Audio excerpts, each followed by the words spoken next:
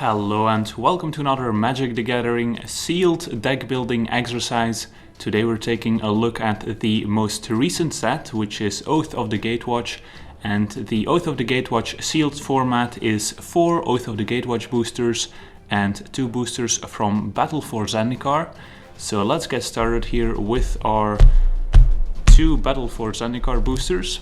So the first thing I like to do when building a sealed deck is just sorting all the cards by color. So let's take a look here at our first BFC booster, where we start off with a blister pod. Let's zoom in a little bit here so you can read the cards. So we've got a blister pod, Oracle of Dust, Voracious Null, Reclaiming Vines, Goblin Warpaint, we've got a Core Castigator, Dominator Drone, Valakut Predator, Sheer Drop, we've got an equipment in Hedron Blade. Our first uncommon is a very good one in Rolling Thunder. We've got a Retreat to Hagra and a Cryptic Cruiser, and our rare is a Ruinous Path, so also a pretty decent removal spell. Alright, sweet. On to the second Battle for Zendikar booster.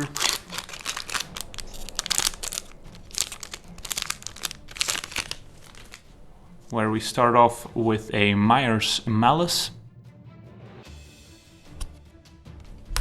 We've got a Tajuru Stalwart, Clutch of Currents,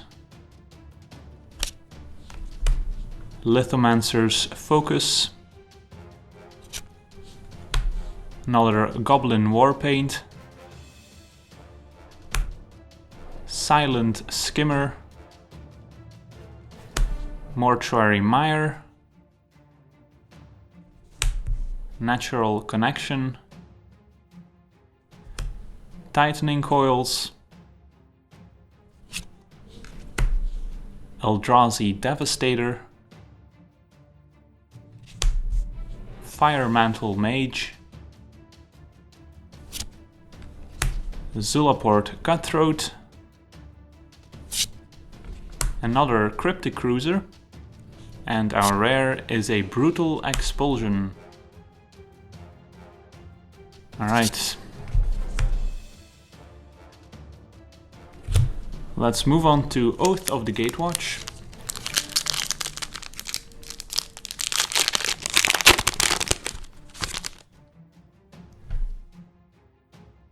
Starting off with a Brute Strength, Afa Protector, Ancient Crab, Loam Larva, Witness the End, Bonesaw, Scion Summoner, Spawnbinder Mage, Cinder Hellion, Unknown Shores, Spatial Contortion is our first uncommon, Relief Captain, Iona's Blessing, and our rare is a Deep Fathom Skulker, also a very good creature. Alright, on to Oath of the Gatewatch number 2.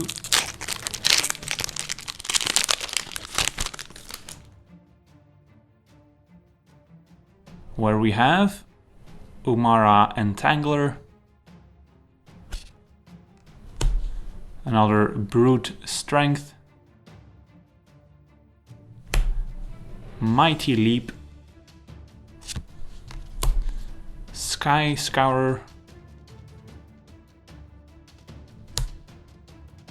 Elemental Uprising, Zulaport Chain Mage, Kozilek's Pathfinder, another Scion Summoner, Core Skyclimber, Zada's Commando, Embodiment of Insight, another Spatial Contortion, and a Devour in Flames is another nice removal spell. And our rare is a Goblin Dark Dwellers, which is also a very powerful card. Alright, on to our second to last booster here.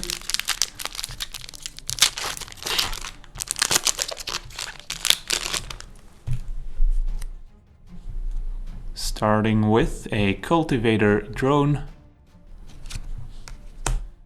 third Brute Strength, another Alpha Protector,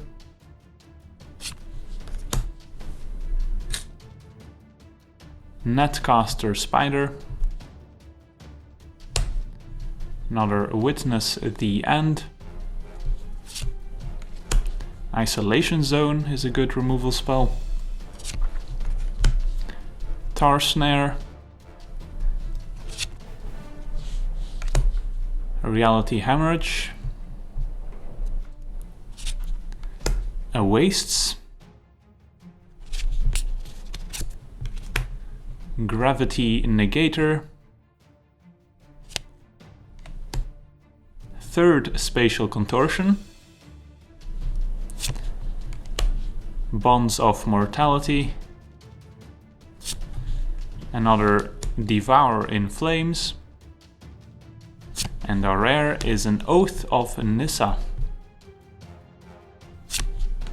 Okay, on to our final booster.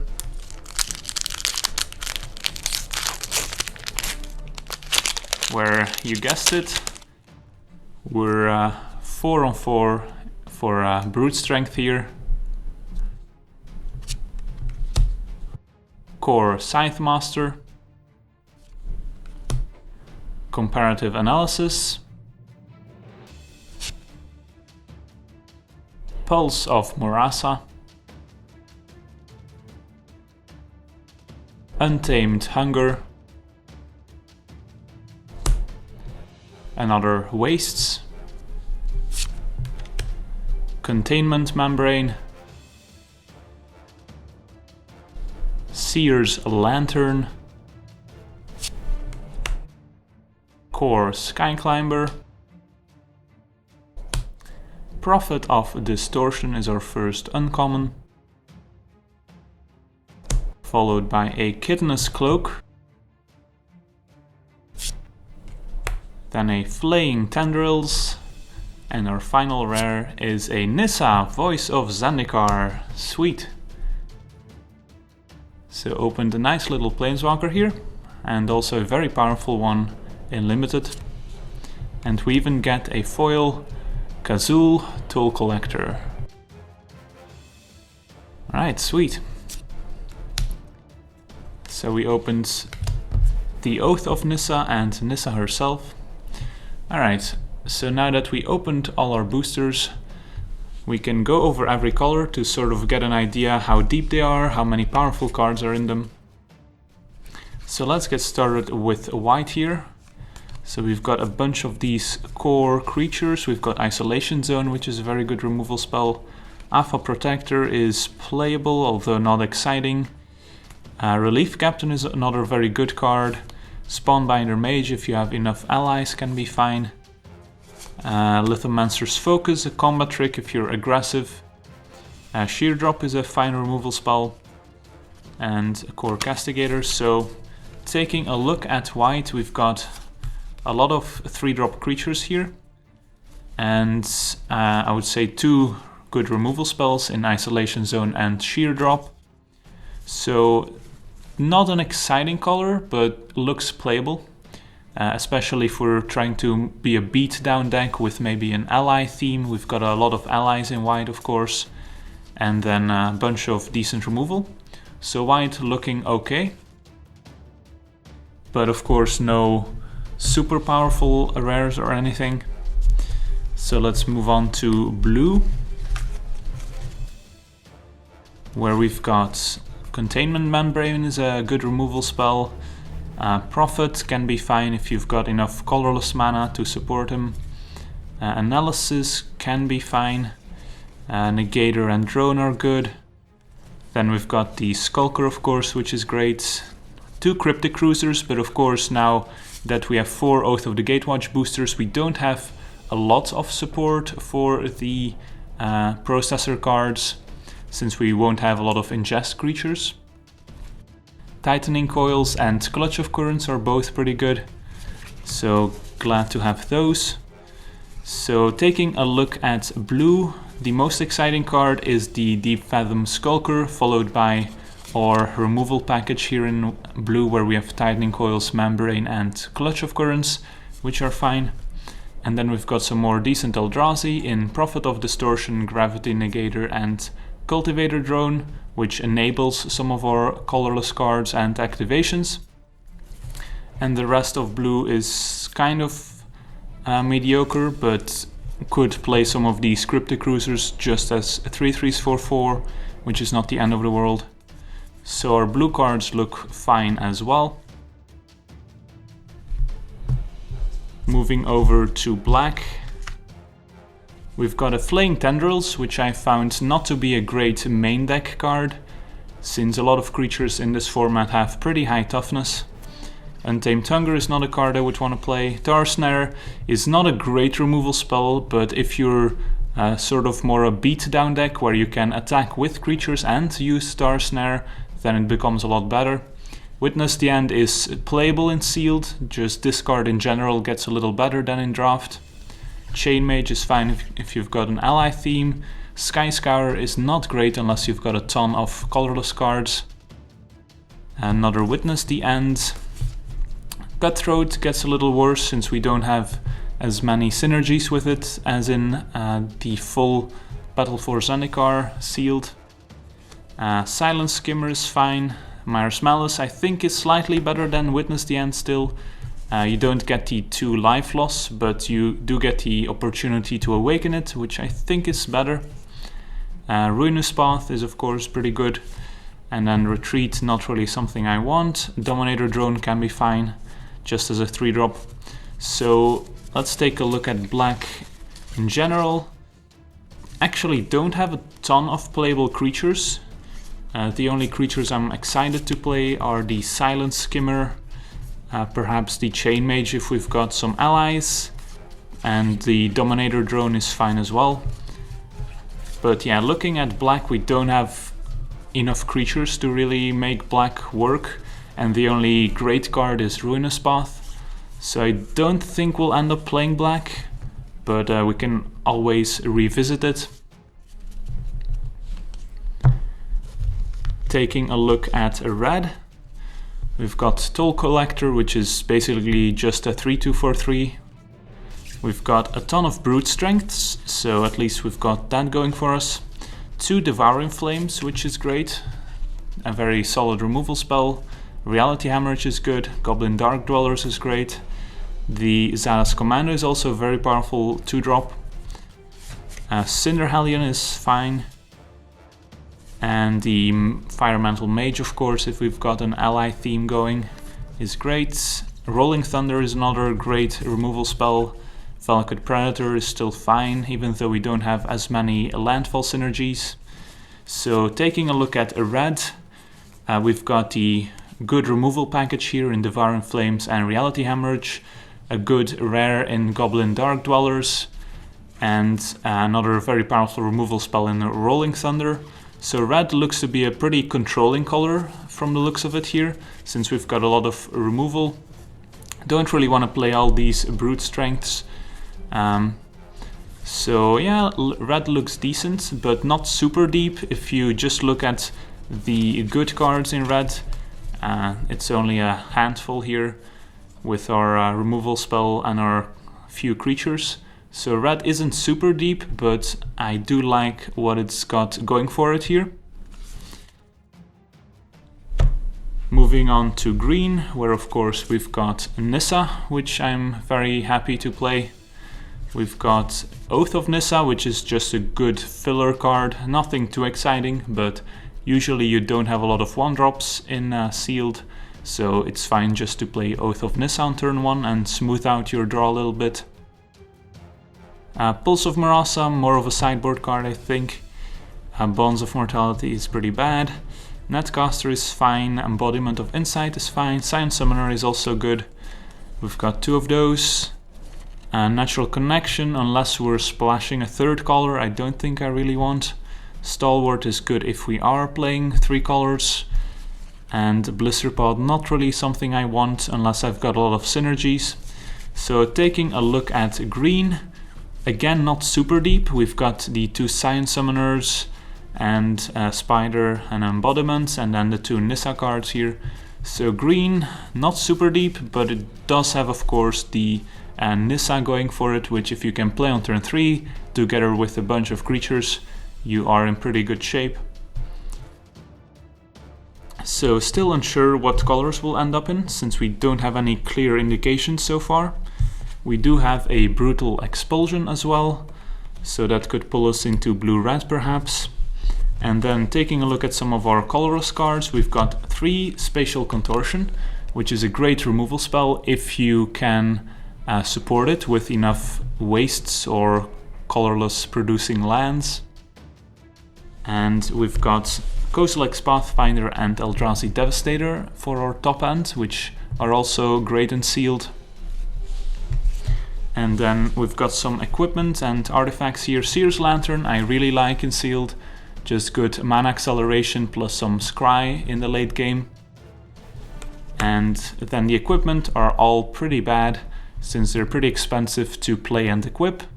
So I don't really like either of the equipment here. So let's get these out of the way. And then for our lands, we've got 2 Wastes and an Unknown Shores, so that's 3 colorless lands, which together with maybe one of those creatures that produces colorless mana could be enough to support our Spatial Contortions in a deck. And then Mortuary Mire, which can be fine if you've got some very powerful creatures you want to get back, but not something we have to play if we're black. So I think we should try to include the Spatial Contortions in our deck, because otherwise we're probably gonna struggle to have enough playables in our deck. And of course we also do have the Seer's Lantern, which makes colorless mana, which helps. So I think we should try to build a deck with the Spatial Contortions in it, maybe starting with the green, which also has the Science Summoners, which make the Eldrazi Scion creature tokens, which can also be sacrificed for colorless mana. So those definitely help with casting Spatial Contortions. So I think we should start with a green and colorless deck, and then our second color should probably be either red or perhaps blue, since those looked like the strongest colors. So yeah, let's get started with our first deck here, and then once it's finished we can move on to the next one and compare the two. So see you back in a bit. Alright, welcome back. So this is how our red-green deck would look like. So of course the deck has some pretty powerful things going for it. We've got a lot of good removal and triple Spatial Contortion, double Devouring Flames, Reality Hemorrhage and Rolling Thunder. We've got some decent creatures in the Scion Summoners. Goblin Dark Dwellers can get back one of our Devouring Flames or Spatial Contortion, which is pretty great. And then as our finishers, we have Kozilek's Pathfinder and Eldrazi Devastator. We're also playing with the Loam Larva here, which can search up a basic and put it on top of our deck, which is basically just mana fixing in this deck, and of course a 1/3 blocker doesn't hurt, so being able to search up our wastes as well helps us cast those spatial contortions. And then we have also an Unknown Shores, which helps with mana fixing in general, but can also tap for colorless to cast a spatial contortion. So we have the 3 colorless lands. We've got Seer's Lantern, which produces colorless, and then the Loam Larva, which can search up a colorless land. We also have a double Science Summoner and also Oath of Nissa, which can help us find a colorless land. So I think we have enough colorless mana here to support the triple spatial contortion and also the activation of the Kozilek's Pathfinder, which of course gets a lot better if we can use the activated ability on him. So overall, I don't hate the look of this red-green deck. We do have to play some mediocre creatures like the Toll Collector, which is just a 3/2 for 3 mana. Of course, not having any 4-drops could come back to bite us, but then again we do have the double Science Summoner and Seer's Lantern, which can ramp us straight into our 5-drops, and then the Rolling Thunder, which can be used at any point in the game as well. So let's move on to our next build, which is probably going to be blue and green, so see you back in a bit. So this is how our blue-green deck would look like. So we gave up some of our good red removal, but we still get some decent blue removal here in Containment Membrane, Tightening Coils and Clutch of Currents. We also get some sweet colorless cards like Prophet of Distortion, Cultivator Drone, Gravity Negator and Deep Fathom Skulker. And of course the Prophet of Distortion is great in this deck since we have a lot of ways to get our colorless mana to draw cards. So we still have our triple Spatial Contortion, Seer's Lantern. In this build I don't hate a copy of Natural Connection just as our last card, just to ramp into our big creatures a little faster. We've got Comparative Analysis for some card draw, which I think is playable in Sealed, while not great in Draft, since Draft tends to be a lot faster. Gravity Negator can give some of our big creatures flying. We are lacking in the 2-drop creature department here. We could solve that problem by playing a card like Umara Entangler, but I don't think this card is great. Could also just play a Blister Pod just as a blocker, but that doesn't seem like a great idea. So I don't hate the look of this deck. So what we get for giving up red is of course the Prophet of Distortion, which I think is actively good in this deck. We get also the Deep Fathom Skulker, which can be another great card draw engine and finisher. And then in general we get a Cultivator Drone and Negator, which can also help out with our green beefy creatures. So again, I don't hate the look of this deck. I'm not quite sure if the blue here is better than the red. In general, having more removal in Sealed can't hurt, so the red seems to have a slightly better removal package. And also the Goblin Dark Dwellers is a pretty powerful red card that can get back one of those powerful removal spells. So I'm still leaning towards red being slightly better. But by playing blue we do get some more flexible cards like Clutch of Currents, which we can play for 1 mana or 5 mana. And also the Membrane, which we can search for just a single blue mana. So blue definitely looks playable, and this deck in general looks pretty decent. So I would not be too unhappy to play this deck. So yeah, maybe we can move on to our next color combination. Maybe there's a blue and red deck we can try out, since we do have that Brutal Expulsion, which looks pretty enticing. So we'll be back in a bit. So this is how the blue-red deck would look like. So not having any of those early creatures can definitely be a problem, since then we're forced to use our good removal spells on some mediocre creatures that the opponent might have just to stay alive long enough, which is not a place where you want to be. We do get, of course, some pretty powerful rares and some good removal options, even more than in any of the green builds, but just lacking those 3 and 4 drop creatures is a pretty big deal. So that's a reason not to go for the blue-red build. But in general, I don't think this deck has enough creatures, since the Deep Fathom Skulker also kind of wants you to have a lot of creatures. And yeah, the deck just doesn't have enough creatures in general, which is the main concern with this deck. So I don't think this would be a great build, just because of that reason. So maybe as our final build here, we can try out a red and white deck with a big ally theme, since we do have this Firemantle Mage, which is a pretty powerful card, but so far our decks haven't had enough allies in them to enable the rally ability often enough. So let's try and build a red and white deck, and we'll be right back. So this is how the red and white deck would look like. As you can see, we have a lot of creatures, lots of allies with neat synergies. We've got Zada's Commando with Cohort to tap and deal 1 damage. We've got the Spawnbinder Mage, which can tap down opposing creatures. And then we've got 2 core Sky Climbers, which are actually pretty great, since we can pay 1 and white to give them flying. And flying in general is pretty great in sealed when there's board stalls. We've got Relief Captain, which is a great creature. We've got Isolation Zone, which is a great removal spell. Sheer Drop. We've got some combat tricks here. Lithomancer's Focus I like, since it's so cheap. And then we can also play Mighty Leap, or if we want, we can replace it with Brute Strength. We also still have the good removal spells in red here, in Reality Hemorrhage, Devouring Flames and Rolling Thunder, and some great top end in the Goblin Dark Dwellers. The big question mark in this deck is, do we play the Spatial Contortions or not?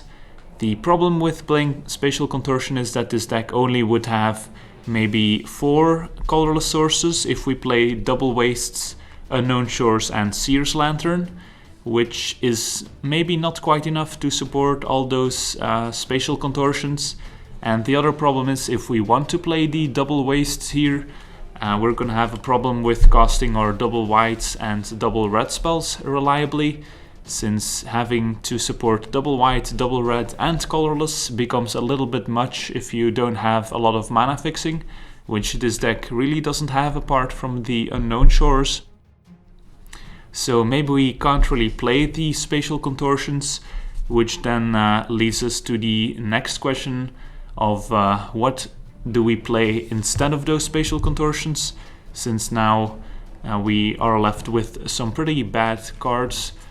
We can play the Alpha Protector, which I guess is not the end of the world, but we're starting to have a lot of 3-drops now. We can play Iona's Blessing and hope our opponents don't have removal for it. We could play some of our other red cards, but they're mostly combat tricks and enchantments, which is not really a place where you want to be. So we don't have any great options if we don't play these Spatial Contortions. We could maybe play some of our equipment, but those are also pretty dubious. So I'm not really a fan of any of the equipment here. So I don't think the red and white deck is the greatest build we have access to. So I probably would not end up playing the red and white build. We could play some of our expensive Eldrazi, but those don't really fit into the red and white game plan very well. So I don't think the red and white build is the optimal one. So in conclusion, I would probably end up playing the green and red build, just because it has a mix of powerful cards and good removal. And the deck also has a pretty powerful late game thanks to those Eldrazi.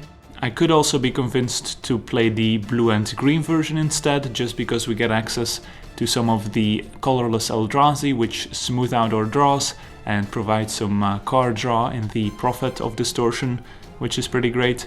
So I want to thank you for watching. I hope you enjoyed this video, and as always, have a nice day.